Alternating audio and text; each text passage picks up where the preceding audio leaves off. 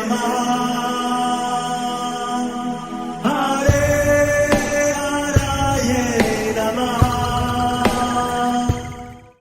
हरे कृष्णा जी, आप सबका बहुत बहुत स्वागत है। हमारे सारे कार्यक्रम इस्कॉन फाउंडर आचार्य हिज डिवाइन ग्रेस एसी भक्ति वेदांत स्वामी शिला प्रभुपाद जी को समर्पित है। मंगलाचरण आरंभ करते हैं। ओम नमो भगवते वासुदेवाय, ओम नमो भगवते वासुदेवाय, ओम नमो भगवते वासुदेवाय। ओम अज्ञानतिमिरान्धस्य ज्ञानाञ्जनशलाकया चक्षुरुन्मीलितं येन तस्मै श्रीगुरवे नमः। श्रीचैतन्यमनोऽभीष्टं स्थापितं येन भूतले स्वयं रूपः कदा मह्यं ददाति स्वपदान्तिकम्। वन्देऽहं श्रीगुरोः श्रीयुतपदकमलं श्रीगुरून् वैष्णवांश्च श्रीरूपं साग्रजातं सहगण रघुनाथान्वितं तं सजीवं साद्वैतं सावधूतं परिजनसहितं कृष्णचैतन्यदेवं श्रीराधा कृष्ण पादान् सहगण ललिता श्रीविशाखान्वितांश्च। नमः ओम विष्णुपादाय कृष्णप्रेष्ठाय भूतले श्रीमते भक्तिवेदांत स्वामिनिति नामिने। नमस्ते सारस्वते देवे गौरवाणी प्रचारिणे निर्विशेष शून्यवादी पाश्चात्य देश तारिणे। नमो महावदन्याय कृष्ण प्रेम प्रदायते कृष्णाय कृष्ण चैतन्य नाम्ने गौरत्विषे नमः। हे कृष्ण करुणा सिंधु दीनबंधु जगतपते गोपेश गोपिका कांत राधा कांत नमोस्तुते। तप्त कांचन गौरांगी राधे वृंदावनेश्वरी वृषभानुसुते देवी प्रणमामि हरिप्रिये। वाञ्छाकल्पतरुभ्यश्च कृपा सिन्धुभ्य एव च पतितानां पावनेभ्यो वैष्णवेभ्यो नमो नमः। जय श्री कृष्ण चैतन्य प्रभु नित्यानंद श्री अद्वैत गदाधर श्रीवासादि गौर भक्त वृंद। हरे कृष्ण कृष्ण कृष्ण हरे हरे, हरे राम राम राम हरे हरे। कार्पण्यदोषोपहत स्वभाव पृच्छामि त्वां धर्म सम्मूढचेताः। यच्छ्रेयस्या निश्चितं ब्रूहि तन्मे शिष्यस्ते अहं शाधि मां त्वां प्रपन्नम्। हरे कृष्णा जी, भगवद गीता अध्याय 2 श्लोक नंबर 62 आरंभ करते हैं। व्रजेश्वरी जी, आप पढ़ेंगे संस्कृत। हरे कृष्ण। ध्यायतो विषयान् पुंसः सङ्गस्तेषुपजायते सङ्गात् सञ्जायते कामः कामात् क्रोधोऽभिजायते। हरे कृष्ण। हरे कृष्ण। ध्यायतः चिंतन करते हुए विषयान इंद्रिय विषयों को, पुंसः मनुष्य की, संगह आसक्ति, तेषु उन इंद्रिय विषयों में, उपजायते विकसित होती है, संगात आसक्ति से, संजायते विकसित होती है, कामः इच्छा, कामात् काम से, क्रोधः क्रोध अभिजायते प्रकट होता है।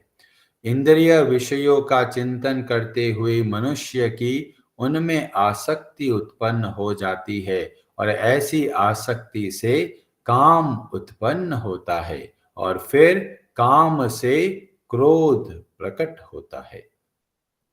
हरे कृष्णा जी, भगवान श्री कृष्ण बहुत ही दयालु है और वे इन भगवत गीता के माध्यम से हमें बताते हैं कि हम कहाँ पर गलती करते हैं। भगवान श्री कृष्ण श्लोक के माध्यम से बताते हैं कि जब हम भगवान श्री कृष्ण की भक्ति नहीं करते, मन को भगवान श्री कृष्ण में नहीं लगाते, तो क्या होगा? मन संसार में भागेगा, क्योंकि मन या तो भगवान में लगेगा या फिर संसार में लगेगा। इसलिए श्लोक में बताया कि जब मन को भगवान में लगाते हैं तो वह व्यक्ति स्थिर प्रज्ञ कहलाता है, और अगर इस मन को भगवान में नहीं लगाया तो बताया ध्यायतो विषयान, वो मन कहाँ भागेगा? विषयों में, भोगों की ओर भागेगा, और उससे क्या होगा? बताया गया संगस्तेषुपजायते। संग मतलब बहुत इच्छा प्रकट होना उस वस्तु को प्राप्त करने के लिए।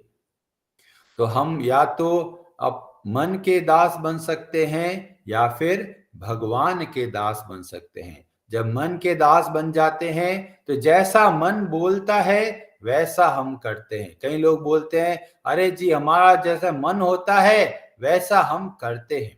जो ऐसे लोग हैं वो वास्तव में शास्त्र की दृष्टि से बीमार कहलाते हैं। क्यों? जब मन माने तरीके से कोई भी कार्य करता है, वास्तव में मन उस व्यक्ति को खींच के लेके जाता है, और वो कहाँ लेके जाएगा? जहां पर उसको अच्छा लगता है। आंखों को जो अच्छा लगता है उसके लिए भागेगी, जो जीभ है जिसको जो अच्छा लगता है वैसा वैसा जीभ लेके भागती है। तो इसमें समस्या क्या है? तो बोला संगात संजायते कामः। कई लोग भ्रमित हो जाते हैं। यहां पर जो भगवत गीता में काम शब्द का प्रयोग करते हैं वो कौन सा काम है? हम लोग बोलते जी इस काम को करके आता हूं, इस काम के लिए जा रहा हूं। तो वह काम और जो भगवत गीता में काम शब्द का प्रयोग किया, उन दोनों में अंतर है। जब भगवत गीता में भगवान श्री कृष्ण काम शब्द का प्रयोग करते हैं, इसका मतलब है संसार के सुखों की इच्छा। जब हम लोग संसार के सुख पाने की इच्छा करते हैं उसको बोलते हैं कामना या फिर काम या काम वासना। तो ये सब के सब क्या है? जो संसार में कुछ पाने की इच्छा से भागते हैं वो सब कामनाएं कहलाती है। और कामनाओं की समस्या क्या है कि ऐसी कामनाओं में दो चीजें और प्रकट हो जाती है।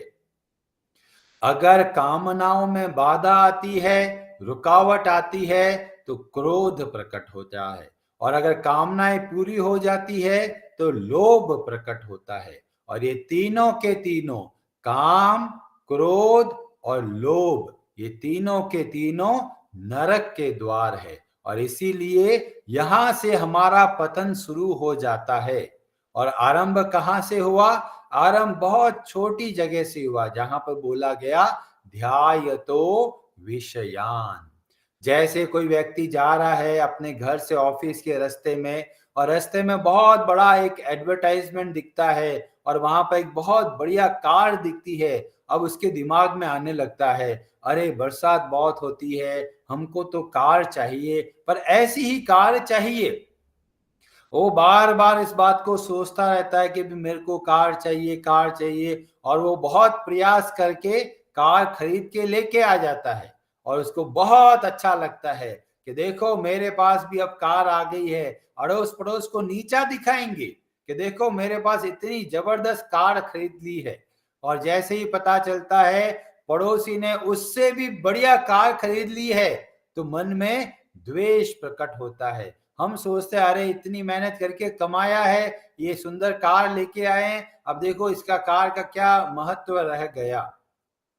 तो जो कामनाएं है वो हमारे अंदर तरह तरह के नेगेटिव इमोशंस को प्रकट करते हैं, हमारे भावनाओं को अशुद्ध कर देते हैं। या तो हमारे अंदर द्वेष का भाव लेके आएंगे, या हमारे अंदर लोभ का भाव लेके आएंगे, या हमारे अंदर क्रोध का भाव लेके आएंगे। क्रोध का भाव कैसे लेके आते हैं? भाई हमने कोई इच्छा प्राप्त करने के लिए प्रयास किया, वो इच्छा पूरी होते होते रुक गई, कोई और आते व्यक्ति ने आके कुछ गड़बड़ कर दिया, तो सारा का सारा गुस्सा उस व्यक्ति पर निकलता है। और खासकर अगर घर में छोटे बच्चे हैं और वो कहना नहीं मानते तो क्या होता है? समय समय पर क्रोध आता रहता है। तो ऐसा क्रोध कामनाओं की वजह से आता है। कामना क्या है कि ये बच्चा मेरा कहना नहीं मान रहा, तो जैसा मैं चाहता हूं, अगर वैसा नहीं होता तो क्रोध आने लगता है, चिड़चिड़ापन आने लगता है। कई लोग सोचते हैं, अरे मैं कितना कंट्रोल करता हूं इस क्रोध को, पर गुस्सा आता ही चला जाता है, क्योंकि हम गलत जगह पर कार्य कर रहे हैं। जैसे कि अगर बहुत सारा पानी भरा हुआ है और एक बांध बना हुआ है, और बांध जैसे डैम बना हुआ है, अगर उसमें थोड़ा भी क्रैक है तो उसी समय अगर उसको भर दिया जाता है तो क्या होगा, वह जो डैम, जो बांध है, वो सुरक्षित रहेगा। पर हम लोग अगर गलती करके हम सोचते हैं, अरे छोटा ही तो क्रैक है, और वो क्रैक जो छोटा छोटा करते तो इतना बड़ा हो जाता है कि पूरा का पूरा बांध, डैम बह जाता है। ऐसे ही जब बांध टूटता है उसको बोलते हैं क्रोध। तो क्रोध को कंट्रोल करना बहुत कठिन है।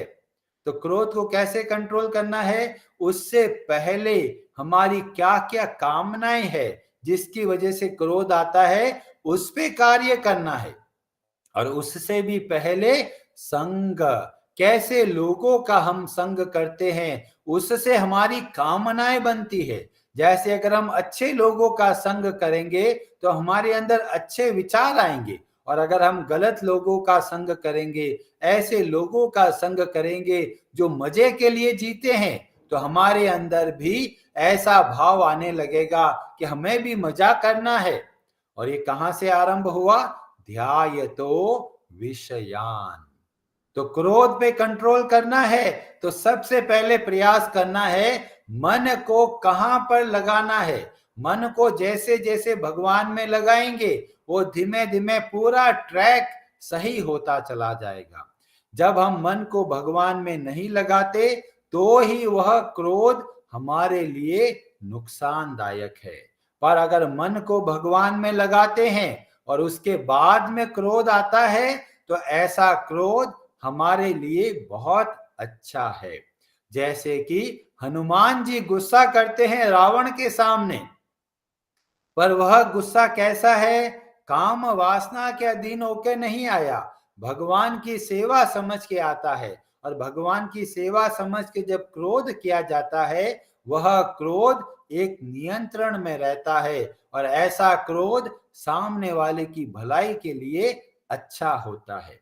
तो हमें पता करना होगा कि कौन सा वाला क्रोध अभी हमारे अंदर है, कामनाओं की वजह से है, या फिर भगवान की सेवा की वजह से है, या दूसरों की भलाई की वजह से है। और इसलिए क्रोध का जो मूल कारण है उसको अगर हम समझ के कार्य करेंगे तो जो क्रोध हमको नीचे गिराता है, ऐसे क्रोध से हम बाहर निकल पाएंगे।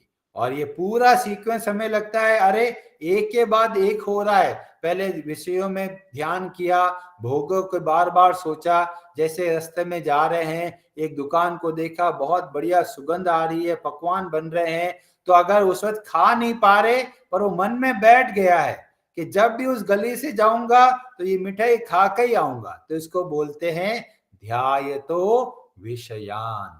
या फिर कई व्यक्ति कहीं पर किसी के घर में गया और वहां पर टीवी चल रहा था, टीवी में कोई पिक्चर चल रही थी, उसमें सीन आया और उसको बहुत अच्छा लगा, तो क्या होगा, वो सोचेगा अरे कौन सी पिक्चर थी, उसको जाके जरूर देखना है।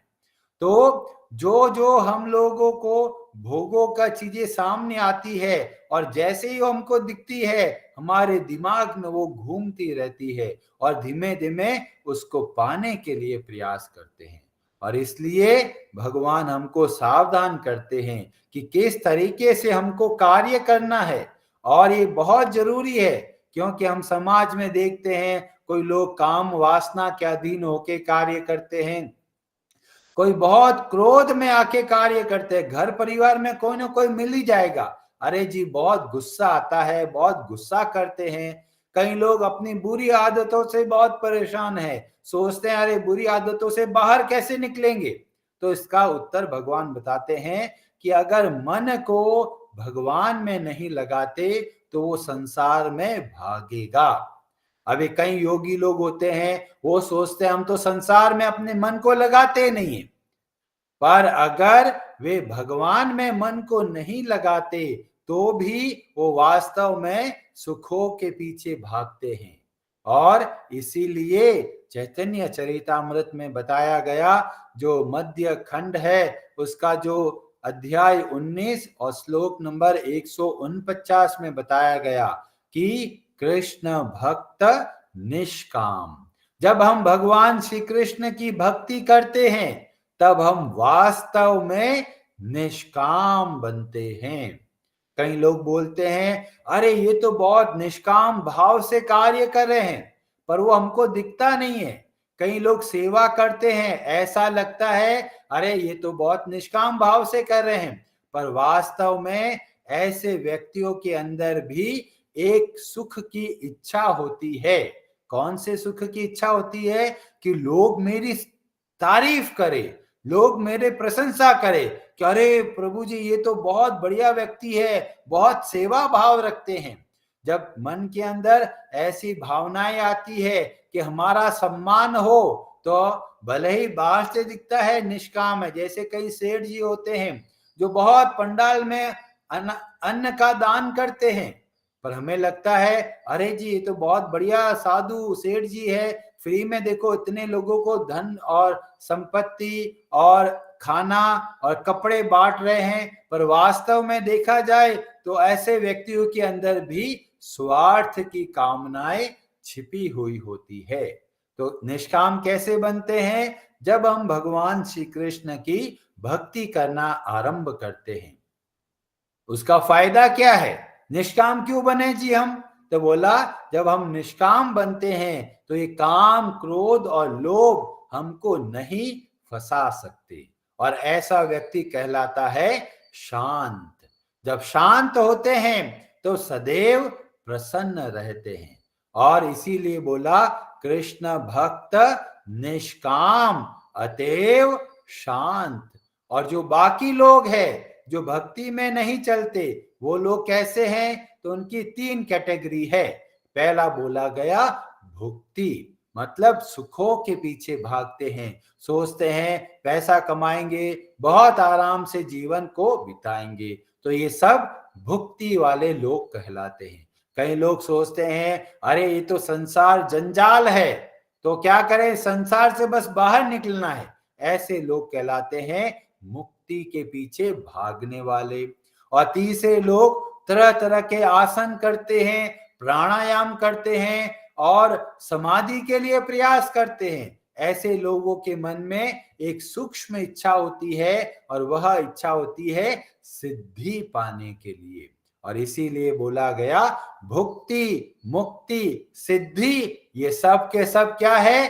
कामी है, और इसीलिए सकलई अशांत। सब के सब भागते हैं भोगों के पीछे, पर जब हम भगवान की भक्ति करते हैं तब हम वास्तव में निष्काम कहलाते हैं। और इसीलिए भगवान श्री कृष्ण भगवत गीता में हमारी भलाई के लिए बोलते हैं, मन मना भव। मन को भगवान में लगाना है। अगर मन को भगवान में नहीं लगाया, वो धीमे धीमे संसार की ओर भटकता चला जाता है। हरे कृष्णा जी, आप सबका बहुत बहुत धन्यवाद। आप में से किसी का कोई प्रश्न हो, आप अपना हाथ खड़ा कर सकते हैं। शिखा माता जी, आप कुछ कहना चाहते हैं? हरे कृष्णा प्रभु जी। हरे कृष्णा जी। प्रभु जी, कभी कभी ऐसी सिचुएशन होती है कि हमको भी कुछ खाने की इच्छा हो गई और हम उसको लाए और हमने भोग लगा कर खा ली। और एक कभी कभी इच्छा होती है कि हम भगवान को ये भोग लगाए, हम भोग लगा के पाते हैं। तो ये जो पहली वाली सिचुएशन है वो हमारी काम के अधीन हो गई। तो उसमें बताया गया, जैसे ही भगवान जुड़ जाते हैं तो चाहे कामनाएं अच्छी हो या कामनाएं अच्छी नहीं हो, वो धीमे धीमे शुद्ध होती चली जाती है। तो मुख्य चीज है भगवान से जुड़ना। अभी खाने का बहुत मन करता है, दीपावली का समय है, तरह तरह के पकवान आ रहे हैं, जा रहे हैं, सुगंध बहुत बढ़िया आ रही है। तो हमें क्या करना है? ऐसे जो भी आपको खाने की इच्छा है, पहला ध्यान रखिए सात्विक होना चाहिए। आप भगवान को अर्पण कीजिए, भगवान को अर्पण करके फिर आप ग्रहण कीजिए। तो ये क्या है, हम अपने मन को ट्रेनिंग दे रहे हैं। ट्रेनिंग किस बात को दे रहे हैं? हर कार्य को भगवान से जोड़ना है। तो इस तरीके से कार्य करेंगे तो धीमे धीमे भगवान का संग आने से, भगवान से जुड़ने से हमारा मन स्वतः ही शुद्ध होता चला जाता है। और इसीलिए जो योगी होते हैं, जो बाबा जी होते हैं, सोचते हैं भाई घर बार छोड़कर और तपस्या करते हैं और देखते हैं अरे सब के सब लोग मजे कर रहे हैं, बस मैं अकेला ही समस्या में फंसा हुआ हूं। तो ऐसे बाबा जी बहुत जल्दी वापस संसार के भोगों में फंस जाते हैं। जैसे हम कई साधुओं को देखते हैं जो अभी जेल में बैठे हैं। क्यों जेल में बैठे हैं? शुरू में तो कंट्रोल करके बैठे थे कि मैं भोगों के पीछे नहीं भागूंगा, पर मन ऐसा है कि या तो भगवान में लगेगा और या फिर संसार में लगेगा, और फिर वो भोगों के पीछे भागने लग जाते हैं। तो कोई समस्या नहीं है, मुख्य बात है भगवान से जुड़ना। प्रभु जी उसमें क्या है, कभी कभी ग्लानि होती है कि हमारे, जब हम सत्संग सुनते हैं कि ग्लानि होती है कि पहले मुझे अपने टेस्ट का भाव आया, बाद में मैंने भोग लगाया, तो वो बहुत। तो उसमें बताया कोई समस्या नहीं है, क्योंकि जैसे छोटा बच्चा चलने का प्रयास करता है और बार बार गिर जाता है, ऐसे ही हमारी परिस्थिति है। हम भगवान की ओर बढ़ना चाहते हैं, भगवान के लिए प्रयास करते हैं, पर बार बार गिर जाते हैं, क्योंकि इतने जन्मों की जो कामनाएं है वो हमारे मन के अंदर दबी हुई है। तो रह रह के हमको वापस खींचती है और हम गिर जाते हैं और बड़ा हताश हो जाते हैं। हम सोचते हैं अरे भक्ति तो हमसे नहीं होगी, प्रभु जी ने इतना अच्छी बातें बताई, पर लगता है इस जन्म में तो संभव ही नहीं। पर कहीं से तो आरंभ करना पड़ेगा। 100 में से 99 बार गिर गए कोई प्रॉब्लम नहीं, अगर 100 में से एक बार आप नहीं गिरे तो ये बहुत बड़ा सक्सेस है। तो कोई चिंता नहीं, भले भले ही पहले जीव के मजे के लिए खा रहे हैं, पर बाद में भगवान का स्मरण हो गया, कोई चिंता नहीं। जहां से है वहीं से आरंभ कीजिए, क्योंकि थोड़ा थोड़ा प्रयास करेंगे तो हम धीमे धीमे भगवान की कृपा से और हमारे प्रयत्न से हम भगवान की ओर अच्छे से बढ़ पाएंगे। ग्लानि होती बहुत है, बहुत धन्यवाद। ग्लानि में ज्यादा समय नहीं लगाना है, क्योंकि ग्लानि में समय लगा दिया तो और एक समस्या है। तो गलती हो गई है, छोड़िए, आगे की ओर बढ़िए कि अगली बार ध्यान रखना है, अगली बार भगवान से प्रार्थना करके करना। जी उसमें प्रभु। सबसे बढ़िया तो यह है कि घर से आप अच्छा पकवान खा के जाइए। जब पेट भरा हुआ होता है तो बाहर का दुकानों का पकवान हमको कम खींचेगा। अगर भूखे गए बाहर तब तो एक बाहर शेर की तरह खड़ा है, मन खींच के लेके चला जाएगा। तो घर में अच्छा स्वादिष्ट खाना बनाइए, भगवान को भोग लगाइए, अच्छे से खाना खाइए। जब आप बाहर जाएंगे तो फिर बाहर के पकवान हमको नहीं खींचेंगे। धन्यवाद प्रभु जी। हरे कृष्ण। हरे कृष्णा जी। आप सबका बहुत बहुत धन्यवाद। कार्यक्रम को यहाँ विराम देते हैं। हरे कृष्णा जी। हरे हरे नमः।